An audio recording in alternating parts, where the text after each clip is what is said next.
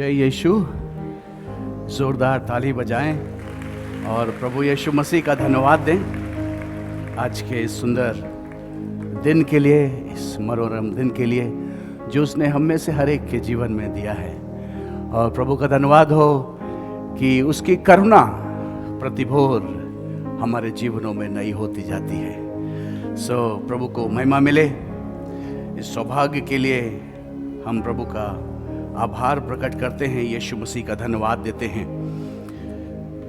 आइए एक वचन भजन संहिता उसके 101 अध्याय और कुछ पदों को पढ़ेंगे। यहां ऐसा लिखा है, मैं करुणा और न्याय के विषय में गाऊंगा। हे यहोवा, मैं तेरा ही भजन गाऊंगा। मैं बुद्धिमानी से खरे मार्ग में चलूंगा। तू मेरे पास कब आएगा? मैं अपने घर में मन की खराई के साथ अपनी चाल चलूंगा। मैं किसी ओछे काम पर चित्त ना लगाऊंगा। मैं कुमार पर चलने वालों के काम से घिन रखता हूं। मैं किसी ओछे काम पर चित्त ना लगाऊंगा। मैं कुमार पर चलने वालों के काम से घिन रखता हूं। ऐसे काम में मैं ना लगूंगा। आइए अपनी आंखों को बंद करें और प्रार्थना करें। हर एक जन अपनी आंखों को बंद करें। हमारे प्यार करने वाले सामर्थी अनुग्रहकारी जीवित दयालु पिता, आदर के साथ आपके चरणों में प्रभु जी ये कलीसिया आपकी ओर देख रही है। मेरे प्रभु, हम आपका धन्यवाद देते हैं। आपका वचन कहता है, जितनों ने आपकी ओर देखा उनके चेहरे प्रकाशित हो गए, वो प्रकाशमान हो गए। जितनों ने आपकी ओर दृष्टि करी उन्होंने ज्योति पाई और उनका मुंह कभी काला ना होने पाया। इस दीन जन ने पुकारा और यहोवा ने सुन लिया और उसको उसके सारे कष्टों से छुड़ा लिया। मेरे प्रभु, हम धन्यवाद देते हैं कि हम जब भी आपकी ओर ताकते हैं तो हम जानते हैं कि हम सृष्टिकर्ता की ओर देख रहे हैं, जिसने मनुष्य को बनाया है, हम सबों की सृष्टि की है और सारी चीजें उसके हाथों में, उसके कंट्रोल में है। प्रभु जी, हम आपको आदर देते हैं। प्रेमी पिता, ये वचन जो आज यहां पर पढ़ा गया, आपके भवन में पढ़ा गया, मेरे प्रभु आपकी ओर से बोला जाना वह हो।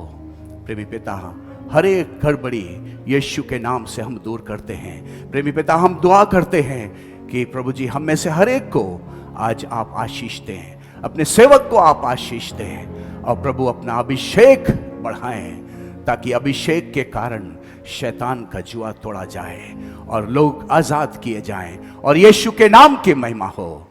सारा इज्जत जलाल महिमा प्रभु हम आपको देते हैं और इस प्रार्थना को यीशु मसीह के नाम से मांगते पिता, दया से सुने और ग्रहण करें। आमीन, आमीन।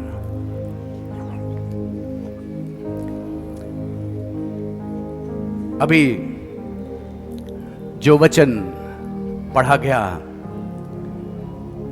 दाऊद अपने जीवन में परमेश्वर से एक प्रतिज्ञा करता है और वो प्रतिज्ञा ये कर रहा है कि प्रभु, ऐसे वो कोई मार्ग जिसे मनुष्य ने तैयार किए हैं मैं उस पर चलना नहीं चाहता, परंतु वो मार्ग जो तुझे पसंद है मैं उस पर बना रहना चाहता हूं। मैं उस पर डटा रहना चाहता हूं, चाहे कीमत कुछ भी देना पड़े।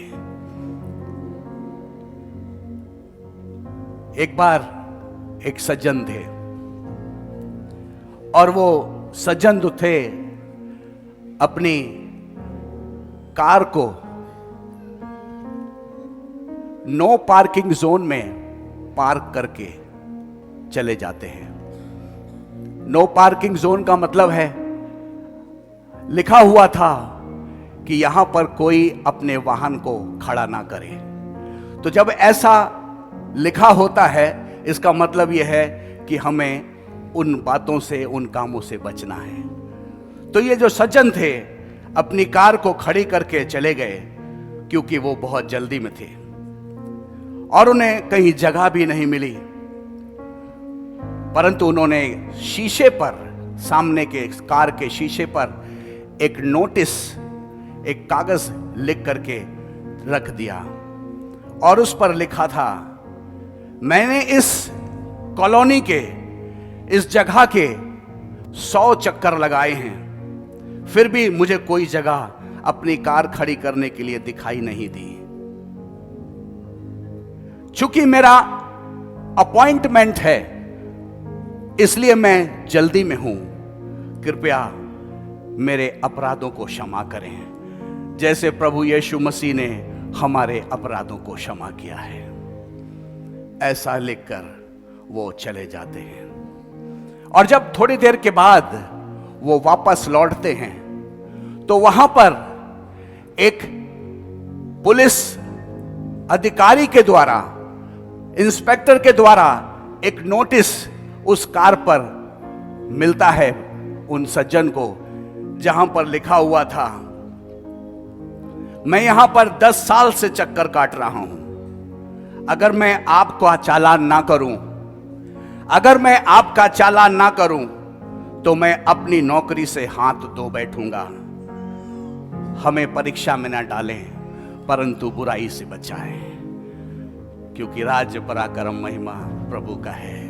मेरे प्रियो, हम अपने आप को, अपनी बातों को, उन कामों को जो परमेश्वर की निगाह में गलत है, जिसे हम अवॉइड कर सकते हैं, जिनसे हम बच सकते हैं, जिनसे हम दूर भाग सकते हैं, परंतु हम उन्हीं कामों को करते हैं, उन्हीं कामों को करते हैं जिससे परमेश्वर घृणा करता है, जिसे परमेश्वर बिल्कुल नहीं चाहता है कि वो मनुष्य उन कामों को करे, परंतु हम वही काम करते हैं। मेरे प्रियो, ये बात सच है कि निर्दोष जीवन किसी भी व्यक्ति के लिए जीना कठिन है। इसमें कोई दो राह नहीं कि निर्दोष जीवन किसी भी व्यक्ति के लिए जीना कठिन बात है, लेकिन असंभव भी नहीं है, लेकिन असंभव भी नहीं है। मैं और आप यीशु मसीह के ऊपर अपनी निगाह डालें, जिसके पास बहुत से बहाने थे कि वो कह सकता था, पिता मैं क्या करूं, मैं फेल हो गया, लेकिन बाइबल बताती है कि वो एक एक बातों में धर्मी गिना गया, एक एक कामों में वो प्रभु जांचा गया। उसके काम परमेश्वर को पसंद थे, क्योंकि वो कहता है पिता मुझ में है और मैं पिता में हूं। मेरे प्रियो, याकूब की पत्री में उसके दूसरे अध्याय के 20वें पद में इस प्रकार से लिखा हुआ है, पर हे मनुष्य, क्या तू नहीं जानता कि तेरे काम बिना विश्वास व्यर्थ हैं? तेरे काम बिना विश्वास के व्यर्थ हैं। मैं और आप जब प्रभु को महिमा देने की बात करते हैं और हम उन कामों को जो परमेश्वर पसंद करता है, जब हम उससे भागते हैं या हम उसको, उन कामों को नहीं करते हैं, तो याद रखिए, आप चाहे अपने आप को कितने भी बड़े विश्वासी क्यों ना करें, आपका नाम कैसा भी क्यों ना हो, पतरस हो, यूहन्ना हो, मरकुस हो, पौलुस और सिलास हो, कोई फर्क नहीं पड़ता, क्योंकि मेरे और आपके काम इस बात को निर्धारित करते हैं कि मैं और आप किसकी संतानें हैं, मैं और आप किसकी संतानें हैं। मेरे प्रियो, वो काम जो मैं और आप करते हैं वो प्रभु को महिमा देने वाले होना चाहिए, चाहे वो कोई भी काम हो। अगर ये भय मेरे और आपके जीवन में नहीं है कि परमेश्वर मुझे और आपको देख रहा है और हमारे कामों का प्रतिफल वो मुझको और आपको अवश्य देगा, याद रखिएगा, प्रभु ना तो बहरा है और ना ही अंधा है, परंतु बाइबल बताती है वो विलंब से कोप करने वाला परमेश्वर अति करुणामय प्रभु है। वो उम्मीद रखता है कि शायद मेरा बेटा, शायद मेरी बेटी, शायद मेरा ये विश्वासी भाई, शायद ये विश्वासी बहन अब उस मार्ग में लौट आए जो मार्ग मुझे पसंद है। जब मैं और आप परमेश्वर के मार्गों में चलने लगते हैं, तब हम मालूम क्या करते हैं? बाबा जी ने लिखा है गीत, भजन करता हूं मैं और भजन गाता हूं मैं। जब आप परमेश्वर के मार्गों में चलने लगते हैं तो ऐसी परिस्थिति भजन करने की होती है।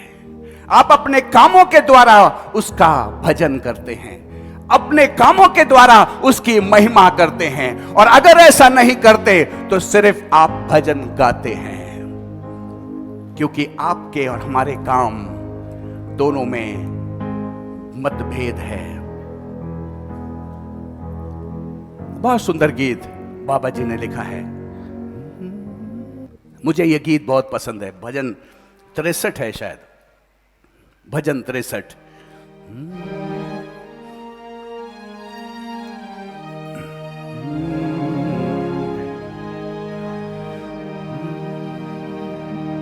भजन करता हूँ मैं, भजन गाता हूँ मैं, भजन करता हूँ मैं। याद रखें, मेरे और आपके काम वो भजन करने के समान है। नाम लेता हूं मैं, नाम करता हूं मैं, नाम लेता हूं मैं, नाम करता हूं मैं, भजन करता हूं मैं, भजन गाता हूं मैं, भजन करता हूं मैं, भजन गाता हूं मैं। नाम लेता हूं मैं, नाम करता हूं मैं, नाम लेता हूं मैं, नाम करता हूं मैं, भजन करता हूं मैं, भजन गाता हूं मैं, भजन करता हूं मैं, भजन गाता हूं मैं। प्रभु का धन्यवाद हो, जो मैं और आप गा रहे हैं या जो मैं और आप कहते हैं, उसे प्रभु चाहता है कि मैं और आप उसे व्यवहारिक जीवन में भी उतारें। नाम है यीशु बहुत तेरा बड़ा, नाम है यीशु बहुत तेरा बड़ा, झुकता है हर घुटना नाम तेरे सदा। नाम है यीशु बहुत तेरा बड़ा, झुकता है हर घुटना नाम तेरे सदा। भजन करता हूँ मैं, भजन गाता हूँ मैं, भजन करता हूँ मैं, भजन गाता हूँ मैं। नाम लेता हूँ मैं, नाम करता हूँ मैं, नाम लेता हूँ मैं, नाम करता हूँ मैं, भजन करता हूँ मैं, भजन गाता हूँ मैं, भजन करता हूँ मैं, भजन गाता हूँ मैं। याकूब की पत्री उसके 2 अध्याय के 20 पद में हमने पढ़ा है, जहां पर लिखा है, हे मनुष्य, क्या तू नहीं जानता कर्म बिना विश्वास व्यर्थ है, या कर्म बिना विश्वास अधूरा है। मेरे और आपके जीवन में हम कैसे जीवन जिए कि प्रभु यीशु मसीह की महिमा हो? कैसे निर्दोष जीवन हम जी सकते हैं, या हम ऐसे जीवन को कैसे जिए जिसमें कोई दोष न पाया जाए? प्रभु का वचन कहता है, पहली बात उसकी ओर ताकते रहें। प्रभु का वचन कहता है कि उसकी ओर निहारते रहें, उसकी ओर ताकते रहें। मैं आपको याद दिलाऊं, पीटर जब नाव में था, चेले जब नाव में थे और यीशु मसीह उस पानी पर चल रहा था, एक बहुत बड़ी आंधी और तूफान उस स्थान पर आया, उस झील पर आया और नाव डगमगाने लगी, नाव डगमगाने लगी। दो वाक्य ऐसे हुए, परंतु मैं इस घटना को आपको याद दिलाना चाहता हूं। यीशु ने चेलों को देखा कि नाव में चले आ रहे हैं आनंद करते हुए, और वो बड़े खुश थे, नाव के अंदर सुरक्षित थे, सारी कुछ व्यवस्था ठीक थी, चैन और शांति थी।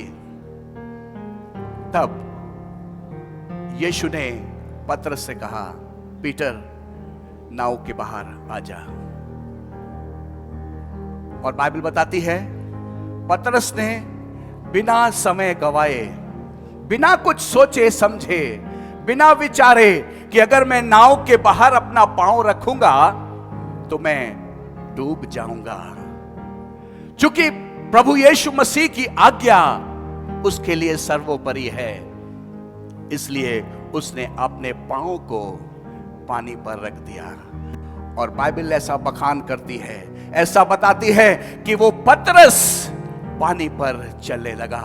मेरे प्रियो, मैं और आप जब प्रभु के वचनों के अनुसार अपना जीवन व्यतीत करते हैं तो समस्या चाहे कैसी भी क्यों ना हो, पानी पर चलने से बड़ी कोई बढ़कर समस्या नहीं है। कितने लोग यहां पर बैठे पानी पर चले हैं, कितने लोगों ने अनुभव किया है पानी पर चल करके।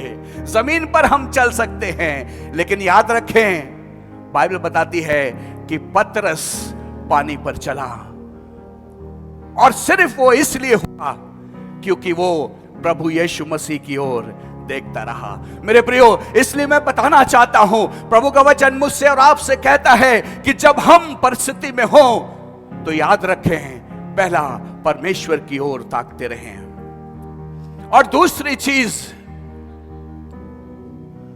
दुष्टता में अपने आप से अलग रखें, अर्थात दुष्ट की संगति से आप दूर रहें। और एक और मुख्य बात, और वो ये है कि विश्वास में बने रहें। अगर मैं और आप परमेश्वर के वचन पर विश्वास करते हैं, उसके ऊपर निगाह लगाकर रखते हैं, उसको ताकते रहते हैं और तमाम बुराई से अलग रहते हैं, परे रहते हैं, तो निश्चय जाने कि आप और मैं उस असंभव काम को जो मनुष्य की समझ से बाहर है करने पाएंगे, जो पतरस ने किया है, जो पतरस ने किया है। इसलिए प्रभु का धन्यवाद देते हैं कि प्रभु हमसे और आपसे ये बताना चाहता है कि हम उसकी ओर अपने निगाह को लगाए रहें। दाऊद बड़ी इच्छा प्रकट करता है, भजन संहिता भी पढ़ा गया, उसके 101 अध्याय के पहले और दूसरे पद में लिखा हुआ है, दाऊद कहता है, मैं बुद्धिमानी से खरे मार्गों में चलूंगा और किसी ओछे काम में चित्त ना लगाऊंगा। बुद्धिमानी से खरे मार्गों में चलूंगा और किसी ओछे काम में चित्त ना लगाऊंगा। ऐसे ऐसे काम परमेश्वर की निगाह में मेरे प्रियो आदर के योग्य हैं। जब मैं और आप बुद्धिमानी से अपने जीवन में चलते हैं, प्रभु पर भरोसा रखते हैं, उस पर विश्वास करते हैं, तो मैं और आप अपने जीवन में उस आशीष को अवश्य प्राप्त करते हैं। याकूब की पत्री में उसके पहले अध्याय के 22वें पद में लिखा है, परंतु वचन पर चलने वाले बनो, केवल सुनने वाले नहीं जो अपने आप को धोखा देते हैं। कई बार हम सोचते हैं कि हमने दूसरे को धोखा दे दिया है, लेकिन याद रखें, जब हम वचन के बाहर चलना चालू कर देते हैं तो हम परमेश्वर के अगेंस्ट, उसके विरोध में चलने वाले होते हैं। और प्रभु का वचन कहता है ऐसी बुराई उसे पसंद नहीं है, ऐसी बुराई उसे पसंद नहीं है, क्योंकि बाइबल में लिखा है सिद्ध बनो जैसा कि तुम्हारा पिता स्वर्गीय पिता सिद्ध है। सिद्धता क्या चीज होती है? सिद्धता किसे बोलते हैं? दूध में पानी ना मिलाएं, जैसा भैंस दे रही है वैसा ही आप बेचें, वो सिद्धता है, शुद्धता है। दुकान में डांडी ना मारें, जितना तौल में आए उतना नाप कर दें, ये शुद्धता और सिद्धता है। जिसका ले लिया है उससे मुंह ना छुपाएं, भागे ना, लेट हो सकता है लेकिन लेकर भाग ना जाएं, अवश्य लौटाएं, ये सिद्धता और शुद्धता है। बाइबल बताती है सिद्ध बनो जैसा तुम्हारा स्वर्गीय पिता सिद्ध है। जो आपका है प्रभु आपको जरूर देगा, जो आपका है परमेश्वर आपको अवश्य देगा, क्योंकि वो सब कुछ देखने वाला प्रभु है। सारी चीजों का नियंत्रण उसके पास में है। बस प्रभु का वचन कहता है परमेश्वर पर, अर्थात उस वचन पर चलने के लिए उसने मेरे और आपके जीवन में ये पुस्तक दी है।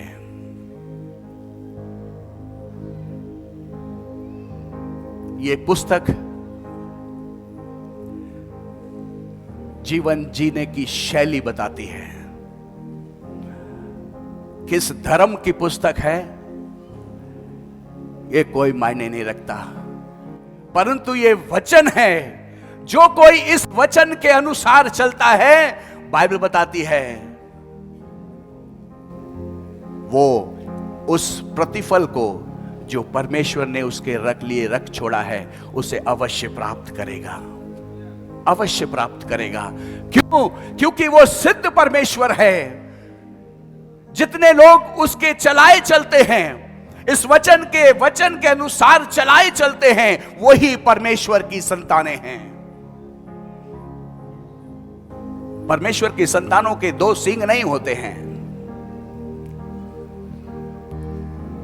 किसी भाई ने बीड़ी पीना चालू कर दी, दूसरे भाई के बगल में बैठ गया, ऐसे के बगल में बैठ गया जो बीड़ी नहीं पीता था। उसने कहा भैया बीड़ी काहे पीते हो, फेफड़े खराब हो जाएंगे, मुंह से तुम्हारे बदबू भी आ रही है बीड़ी की, काहे बीड़ी पीते हो यार, पूरा माहौल तुमने धुएं में कर दिया है। मालूम उसने क्या जवाब दिया? उसने कहा प्रभु ने बनाई है तो पी रहे हैं। भैया बीड़ी प्रभु ने नहीं बनाई, अगर बीड़ी प्रभु ने बनाई होती तो चिमनी भी बना देता जिससे धुआं निकल सके, एक चिमनी जरूर देता। सांस लेने के लिए उसने मुझे और आपको नाक दी है, बोलने के लिए मुझे और आपको उसने मुंह दिया है, हाथ पांव दिए हैं चलने और अच्छे कामों को करने के लिए, बुराई करने के लिए नहीं, उसके वचन को झूठा ठहराने के लिए नहीं। जो लोग उसकी आत्मा के चलाए चलते हैं, प्रभु का वचन कहता है वही उसकी संतानें हैं, वही उसकी संतानें हैं। इफिसियों की पत्री उसके 6 अध्याय और 10वें पद को भाई पढ़ दीजिए। इफिसियों की पत्री 6 अध्याय का 10वां पद ध्यान से सुनिएगा। प्रभु हमसे और आपसे क्या हमको और आपको निर्देश दे रहा है। 10वां पद लिखा है, यस, इसलिए प्रभु में और उसकी शक्ति के प्रभाव में बलवंत बनो। क्या कह रहा है प्रभु का वचन? इसलिए निदान प्रभु में और उसकी शक्ति के प्रभाव में बलवंत बनो। कैसे बने? परमेश्वर के सारे हथियार बांध लो। कैसे बने? बलवंत बनो। कैसे बने? वो जीवन जो शुद्ध है, वो जीवन जो पवित्र है, वो जीवन जो निर्दोष है, वो जीवन जो प्रभु को भाता है, उसके अनुसार चले। चलना चाहते हैं? चलना चाहते हैं? कठिन है, लेकिन मैंने अभी बताया था असंभव नहीं है। अगर असंभव होता तो यीशु नहीं चलता, क्योंकि उसने चलकर यह बता दिया कि मेरी आत्मा के द्वारा अगर तुम चलाए चलोगे तो ये काम संभव हो जाएंगे। जो मैं करता हूं वो भी करोगे, परंतु उनसे बड़े बड़े काम करोगे। हालेलुया! उनसे बड़े बड़े काम करोगे। इसका मतलब यह है कि परमेश्वर मुझे और आपको वो काम करने के लिए कतई सलाह नहीं देता जो उसने खुद ना किया हो। अगर कोई बाप बीड़ी पीता हो या चिलम पीता हो या दारू पीता हो या गांजा खाता हो या भांग खाता हो या अफीम खाता हो, अपने बेटे को खाते देखकर या दारू पीते देखकर क्या वो कह सकता है घमंड से या बोलने से, घियाब से कह सकता है ए दारू मत पिया कर? कह सकता है? नहीं कह सकता। मालूम है क्यों? क्योंकि वो खुद इसी काम को करता है। यीशु मसीह ने वो काम जो उसने किए हैं, बाइबल बताती है तुम वो भी करोगे, परंतु उनसे बड़े बड़े काम करोगे। निदान प्रभु में और उसकी शक्ति के प्रभाव में बलवंत बनो। क्या करें? बलवंत बनने के लिए क्या करें? लिखा है सत्य से अपनी कमर कसकर और धार्मिकता की झिलम पहनकर। सत्य से अपनी कमर कस के।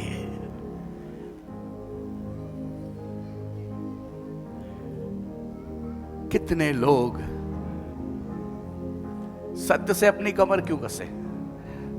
आज मैं बेल्ट पहनना भूल गया। बेल्ट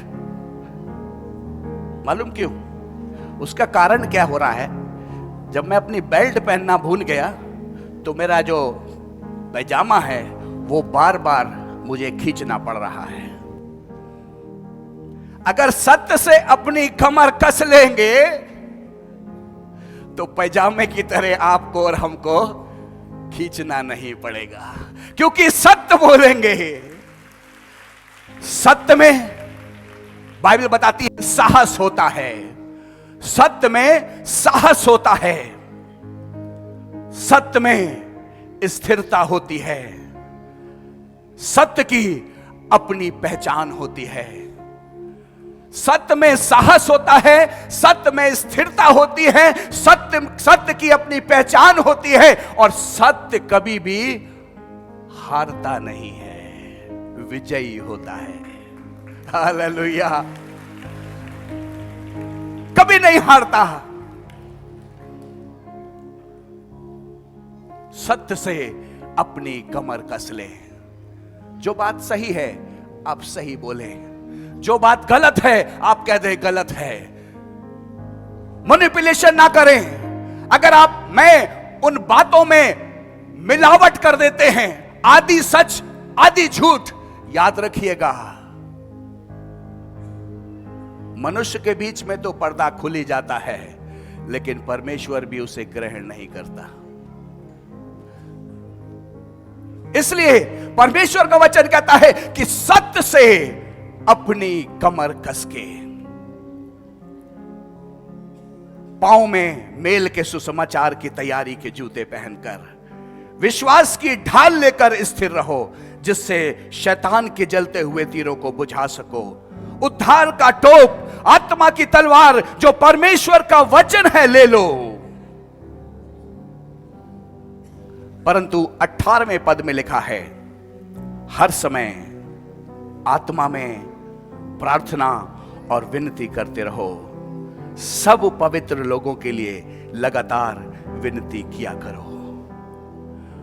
आत्मा में प्रार्थना और विनती करते रहो, सब पवित्र लोगों के लिए लगातार विनती किया करो। ये परमेश्वर का वचन मुझे और आपको सलाह नहीं दे रहा है कि आत्मा में हम प्रार्थना करते रहें, विनती करते रहें, लगातार प्रार्थना और विनती करते रहें। यह सलाह नहीं है, परंतु प्रभु अपने चर्च को, अपनी कलीसिया को यह निर्देश दे रहा है। निर्देश क्या होता है? निर्देश का अर्थ है अगर आप नहीं मानोगे तो उसका परिणाम है। सड़क पर अगर लाल बत्ती देकर रुकोगे नहीं तो उसका परिणाम है। पुलिस अगर आपको रोक रही है, ठहर जाओ, और अगर आप भागे चले जा रहे हो तो वो फोटो खींच देगा गाड़ी की, उसका परिणाम आपको हफ्ते या 10 दिन के बाद दिखाई देगा कि आपका चालान आपके पास आ गया है। मेरे प्रियो, प्रभु चाहता है कि हम और आप प्रार्थना और विनती करें। कितने लोग दुआ, प्रार्थना और विनती करते हैं? प्रार्थना विनती कितने लोग करते हैं? प्रभु का धन्यवाद हो।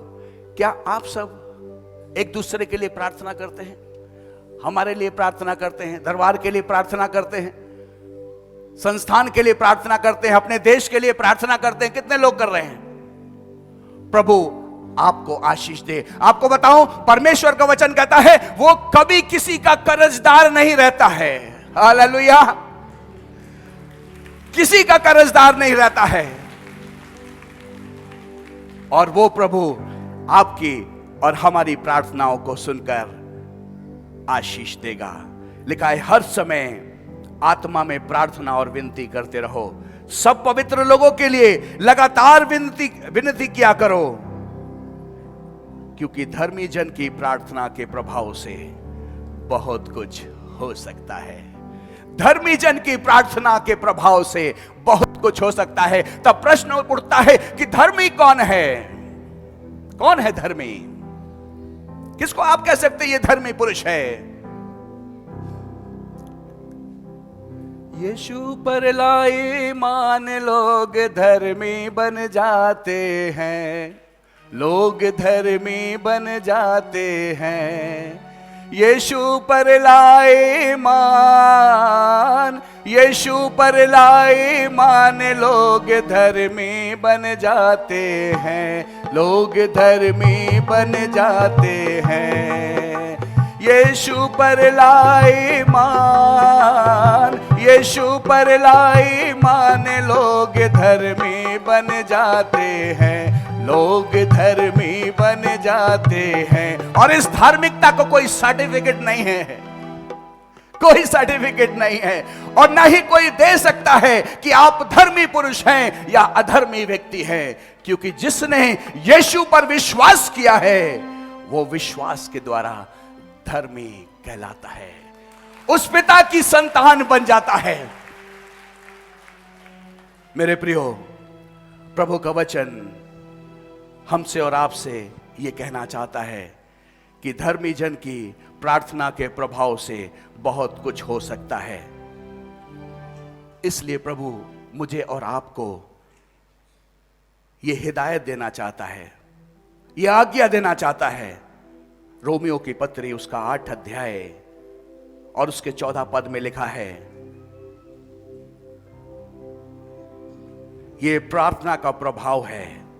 लिखा है इसलिए कि जितने लोग परमेश्वर के आत्मा के चलाए चलते हैं वे ही परमेश्वर के पुत्र और पुत्रियां हैं। और ये परमेश्वर के लोगों की पहचान है, ये परमेश्वर के लोगों की पहचान है जो आत्मा के चलाए चलता है, जो परमेश्वर की वाचाओं को मानता है, जो उसकी प्रतिज्ञाओं को लेकर अपने जीवन में चलता है, चाहे हानि उठानी पड़े, तो भी हानि से न डरूंगा, क्योंकि तू मेरे साथ रहता है, क्योंकि तू मेरे साथ रहता है। दाऊद कहता है, चाहे मैं घोर अंधकार से भरी हुई तराई में होकर के चलूं, हो सकता है आप समस्याओं में होकर के जाओ, हो सकता है आप तकलीफ में होकर के जाओ, हो सकता है आपकी परेशानियां मनुष्य के बर्दाश्त के बाहर हो, आपके बर्दाश्त के बाहर हो, लेकिन प्रभु का वचन कहता है, मैं घोर अंधकार से भरी हुई तराई में होकर के चलूंगा तो भी हानि से न डरूंगा, क्योंकि तू मेरे साथ रहता है। जो प्रभु जिसके साथ है, हानि नहीं हो सकती। यह प्रभु का वचन है, इसलिए प्रभु के साथ चले, इसलिए प्रभु के लिए, प्रभु के लोग एक दूसरे के लिए प्रार्थना करें। लिखा है 2 कुरिन्थियों 10 अध्याय के 3 पद से, क्योंकि यद्यपि हम शरीर में चलते और फिरते हैं तो भी शरीर के अनुसार नहीं लड़ते, क्योंकि हमारे लड़ाई के हथियार शारीरिक नहीं परंतु गढ़ को ढा देने के लिए परमेश्वर के द्वारा सामर्थी हैं। सो हम हर एक कल्पनाओं को और हर एक ऊंची बात को जो परमेश्वर के पहचान के विरोध में उठती है खंडन करते हैं, और हर एक भावनाओं को कैद करके मसीह का आज्ञाकारी बना देते हैं, मसीह का आज्ञाकारी बना देते हैं। मेरे प्रियो, ये आत्मिक युद्ध है। जब आप और मैं दाऊद के समान इस बात को कहते हैं कि मैं अपने परिवार में परमेश्वर के भय में चलूंगा, दाऊद कहता है, मैं बुद्धिमानी से खरे मार्ग में चलूंगा और किसी ओछे काम में चित ना लगाऊंगा। तो ये आपका और शैतान के बीच का युद्ध है। अंधकार की ताकतों के बीच में हम युद्ध छेड़ देते हैं, और प्रभु का वचन कहता है कि वो हमारे संग रहता है और वो हमको विजय देता है और देगा, क्योंकि हमारे परमेश्वर का वचन कहता है कि हमारी जो लड़ाई है वो शारीरिक नहीं है, परंतु गढ़ों को ढा देने के लिए परमेश्वर के द्वारा सामर्थी है। सो आत्मिक युद्ध जो है हम अकेले नहीं लड़ सकते हैं। आत्मिक युद्ध परमेश्वर के साथ हम उसकी सामर्थ्य के द्वारा विजयी होकर के निकल सकते हैं। सो मेरे प्रियो, मेरे और आपके जीवन की ये इच्छा होना चाहिए कि मैं और आप दाऊद के समान खराई से चलें, ईमानदारी से चलें, सत्य पर आधारित रहें, क्योंकि सच परमेश्वर से है, झूठ की पिता से है, शैतान से है। और मैं और आप, प्रभु चाहता है कि उसके वचनों पर अपने जीवन को आधारित करके आगे बढ़ते जाएं, और प्रभु निश्चय ही हमको और आपको विजय देगा। जैसे दाऊद कहता है, मैं किसी ओछे काम पर चित्त न लगाऊंगा, मैं कुमार पर चलने वाले काम से घिन रखता हूं, ऐसा काम में मैं ना लगूंगा। मेरे प्रियो, प्रभु के पसंद आने वाले कामों को करें, उन कामों को जिससे मैं और आप इस बात में साबित हो जाएं, सिद्ध हो जाएं कि मैं और आप उसकी संतान हैं। प्रभु हम सबको आशीष दे। आइए अपने स्थानों पर हम खड़े हो जाएं, अपने स्थानों पर खड़े हो जाएं, अपने आप को परखें, याद करें, जांचें, क्या मैं और आप वाकई सत्य से अपनी कमर कस के धार्मिकता की झिलम को लेकर के आगे बढ़ रहे हैं? अगर ऐसा है तो वो परमेश्वर मुझे और आपको विजयी जीवन देगा, क्योंकि जितनों ने उसकी ओर देखा है उनके चेहरे प्रकाशमान हुए, उनका मुंह कभी काला ना हुआ। इस दीन जन ने पुकारा और यहोवा ने सुन लिया और उसको उसके सारे कष्टों से छुड़ा दिया।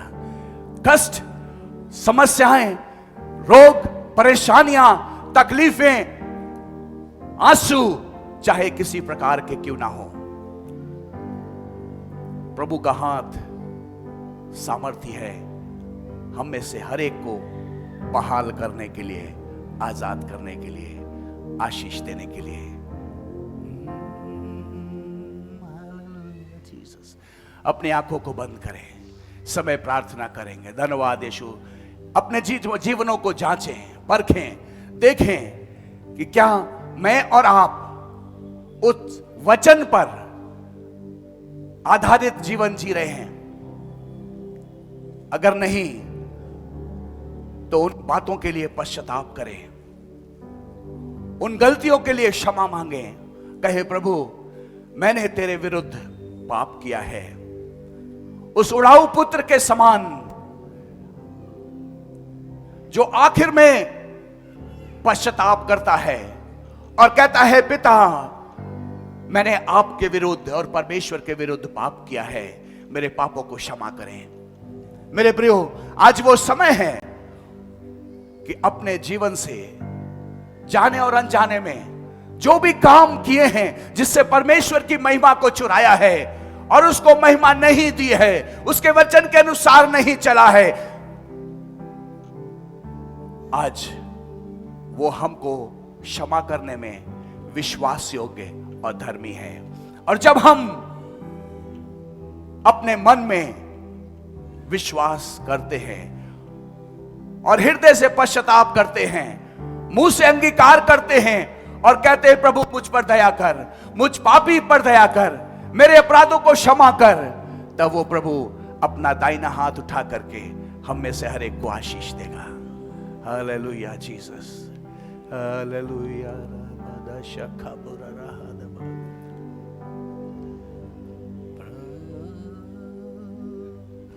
Thank you, Jesus.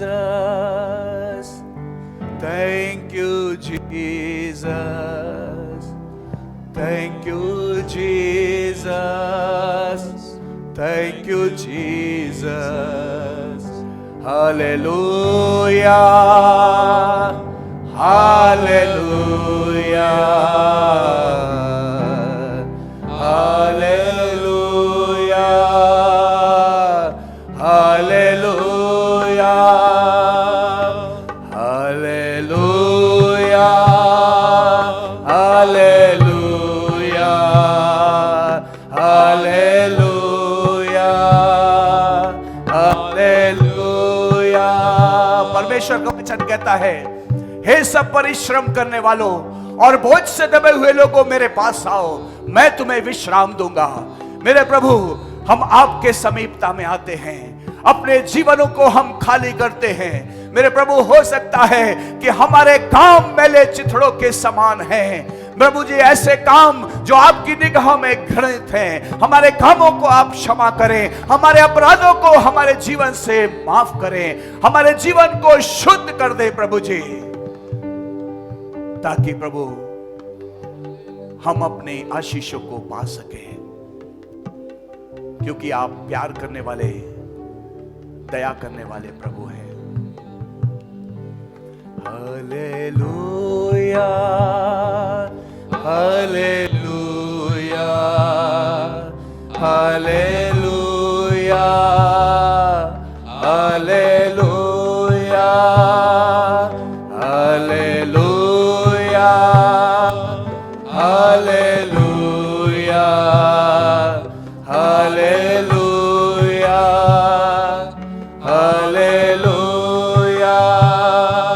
धन्य यीशु, धन्य यीशु, धन्य यीशु, धन्य यीशु।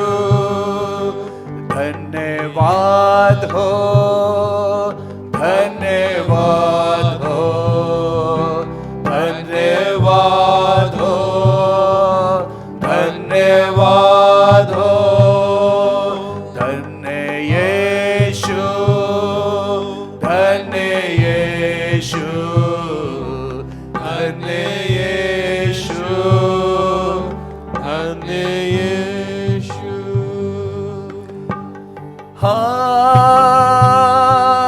हालेलुया,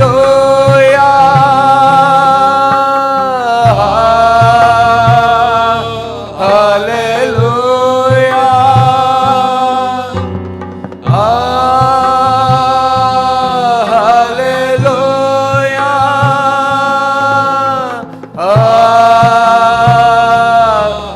हालेलुया,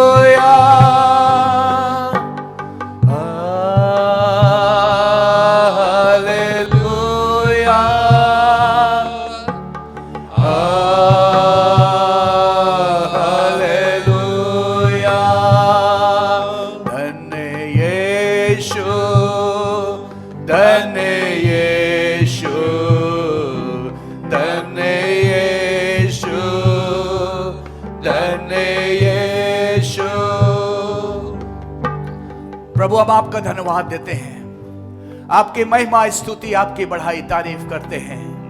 मेरे प्रभु हम आपका धन्यवाद देते हैं कि आपका प्रेम इस बात से प्रकट हुआ कि जब हम पापी ही दशा में थे तब आपने अपने प्रिय पुत्र यीशु मसीह को इस पृथ्वी पर भेजा